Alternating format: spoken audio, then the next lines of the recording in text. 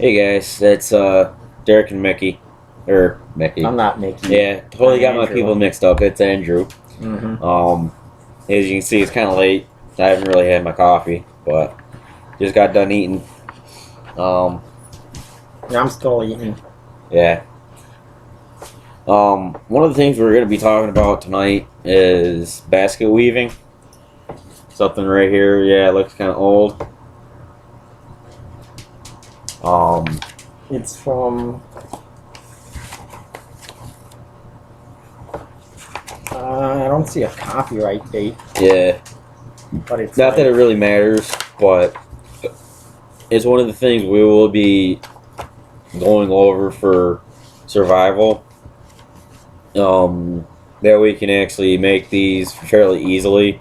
We'll actually show you step by step on how to do it. There's a few different kind of baskets, like the wicker baskets, stick baskets, stuff like that. Which pretty much they're all the same basic concept and idea. Um, Just different methods and how to make them, and like what style there is. But you know, the end result is getting a basket where you can actually put a few goods into it and be able to carry it back to your campsite or wherever you gotta get them. Or you can even make them for decoration or um, for selling. They're like one of the big things for um, money and stuff like that. They're easy to make, cheap. Mostly stuff you can find pretty much anywhere, especially out in nature. You can find the palm leaves and stuff like that. All you really need is the right materials to actually make them, put them together. Um, as long as you have vines or anything that's strong enough to actually hold together, and you know have an actual basket to put things in. Um, we'll actually show you some pictures. Some general information. One thing is the twining. Um, it says right here, twining is an excellent weave for controlling the shape of the basket. Pretty much saying if you actually make an outline of it, you can pretty much make it into any shape that you want it to. Um, when you tin, you're separating each spoke, which is the outline, pretty much kind of like the ribs, where if you know shape it into like a square or a rectangle or whatever shape that you want, um, then holding it into place, pretty much doing the outer layer first, so that way you can actually keep it shaped better. Um, Twining is simply a twist between the spokes. Um, Basically, you go over one, then under, over, under, over, and go around like that.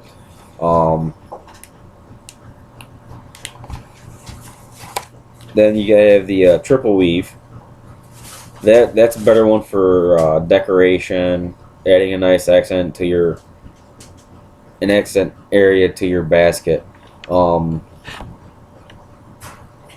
that's one of the simple baskets you can actually make.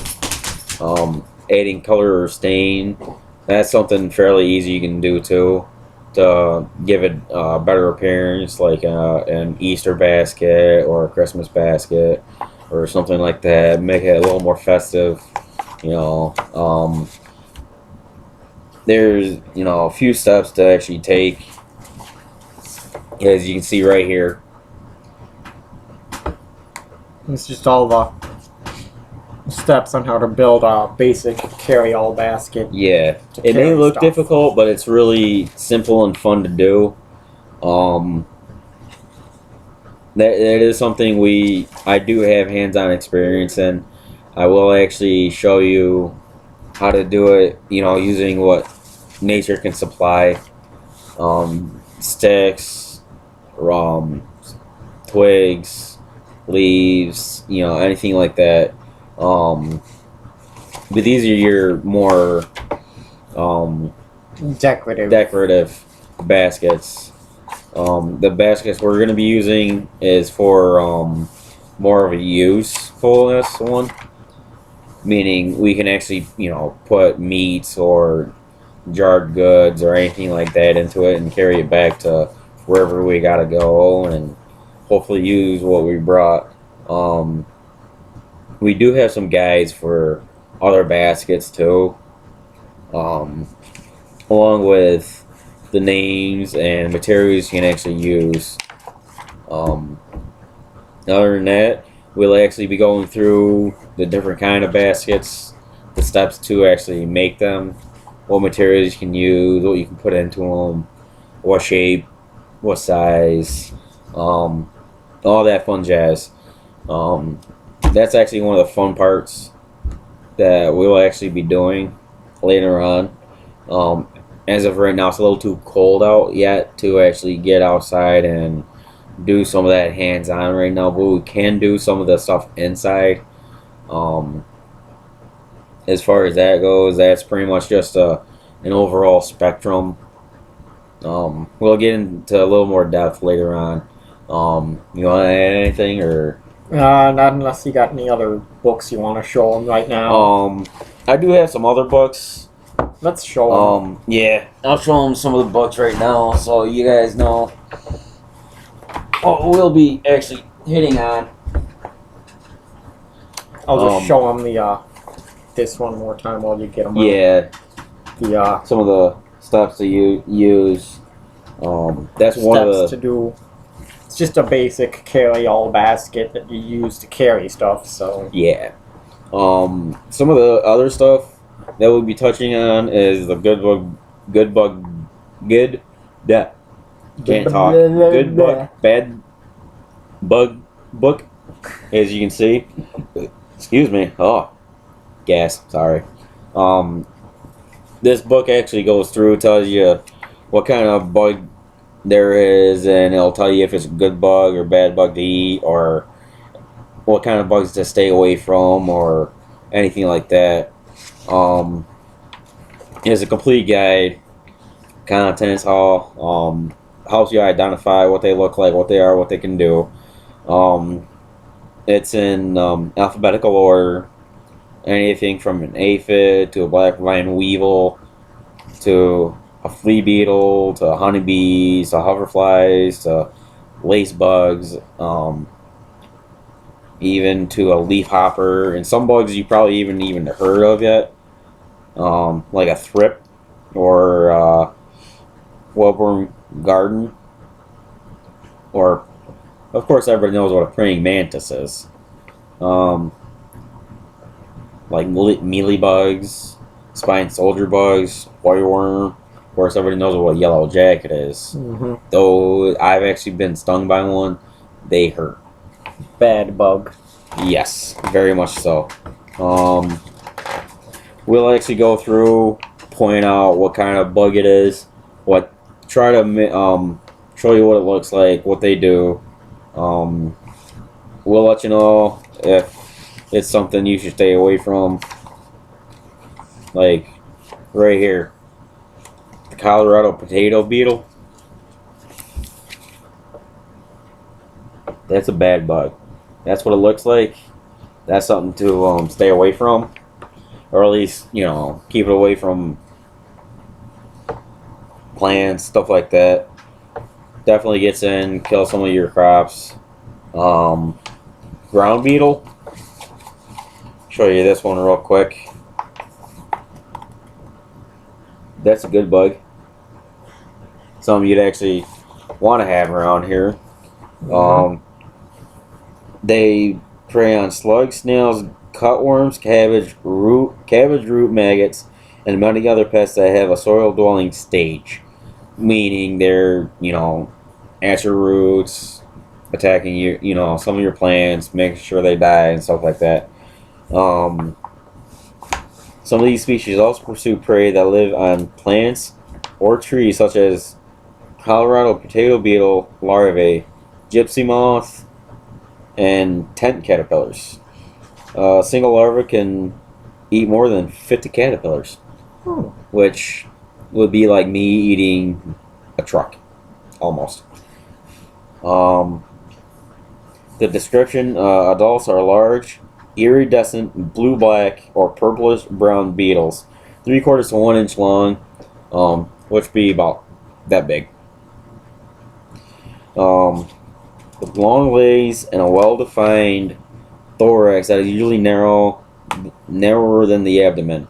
Larvae are dark brown or black grubs with 10 segments, meaning they're like 10 different parts, tapering markedly toward the rear, meaning it goes down and it gets smaller. They have large mandibles for grasping prey, meaning these things like right here, so that way they can actually get them pretty good. There's just a whole bunch of other bugs Yeah. you'd find in like your backyard or out in the woods. Yeah, and we're gonna help you define, or pretty much, define which ones are good, which ones are bad, what they do, what they look like, so that way you can actually be like, hey, they told me it looked like that, it has this, that, and the other thing, so that way I know it's this bug. And that way you'll know which ones can, be harmful or helpful. That's one of the books that we'll actually be going through. Hopefully be doing some hands-on during the summer. I got some other ones in here too. One of the major ones is one of my favorites, the Country Doctor Handbook. This actually is old-fashioned cures that prevent and reverse pain, obesity, heart disease, cancer, diabetes, and more. We'll actually be going through and kind of hitting on a few different subjects, so that way people can actually get an idea on what to do to help either prevent or slow down the process of some of these diseases. Not really diseases, but ailments, so to speak. And we'll actually try to tell you what kind of things you should steer clear of, or at least go for to help with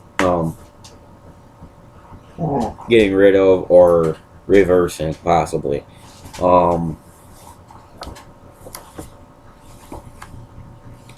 It'll, things like cataracts and what kind of vitamins you should take, and along with some of the questions that would be in here. As you can see, it's a fairly thick book. That'll probably take us a little bit to get through. We'll also be posting up some of the stuff that's in here, so that way you can actually read through it, take notes if you want to. We'll also do videos for it, so that way we can actually talk to you about it. I got some other stuff in here too. A few more books actually. One of them, kind of like for books, Mammalogy. It'll actually go through. It's a textbook on animals. Your basic land dwellers, who, like, what they are, what they look like, what the predators are, what they go after, what they eat, how they live, how big stuff they like that. Along with some basic pictures of where they might live, like in the woods, the forest, or the meadows, like right here in the clearings. Another book we'll be getting into would be Geological Evolution of America. It's pretty much geography. Yeah, pretty much telling you hills, topographies, what kind of geology is in it, along with some of the history, basins, stuff like that, different type of things, how they're formed and stuff like that. These are just a few books. I have some other ones in here too. We have a bunch of them that we could go through and show you guys what's in them and what they're all about and whatnot. One of the major books that actually got us started be this one right here. It's survival in the outdoors. This is pretty much what helped us get started with them nature boys. It's the book we've been going through. Yeah. Doing all the chapters in. Yeah, and of course I have some of the basic knowledge for what we're going to be doing and stuff like that. Another book that I'm actually into right now is Stars and Planets. Yes, got some nice yeah star graphs that'll help you. Yeah, it helps identify what stars are what and galaxies and stuff like that.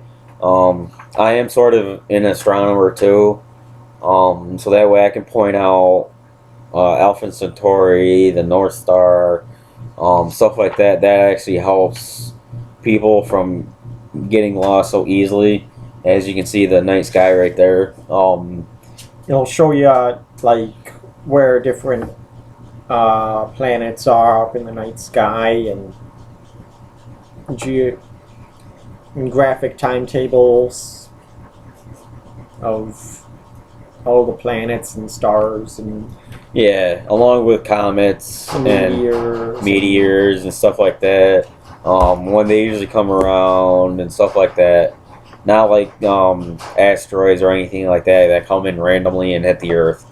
A couple other books we'll be touching on later is The Best of Lemons. One of them, it's a cookbook for lemons. Cookbook. Pretty much anything you can make with lemons and stuff like that, like lemon pie or citrus bake or anything like that. Lemon pancakes. Those sound pretty good. This is the best of apples. And it's pretty much the same thing as the best of lemons. But with apples. Yeah, pretty much apple pie, apple cobbler, stuff like that. Mm-hmm. We'll actually be going through a good handful of this with you pretty soon here. Hopefully be able to actually do some hands-on stuff. Along with teaching you how to weave baskets, tie knots, identify bugs, what they do, along with the stars and animals and your location, and be able to know what kind of rock you're on, what kind of rock there is, stuff like that, along with soils and what the geological differences. Other than that, this is pretty much just the tip of the iceberg. Hopefully we get going good enough and to be able to actually show you guys a lot of this knowledge and be able to help you through and get to a better platform to actually go out and survive in the wilderness. Anything you want to add in, or we'll probably be getting a lot more books to show you guys. I mean, there's more that we haven't shown you, but this is just a basic overlook of some of them. Yeah, pretty much that's pretty much it. Yeah, starter. So, other than that, we'll that's about it. Get going and get some information to you.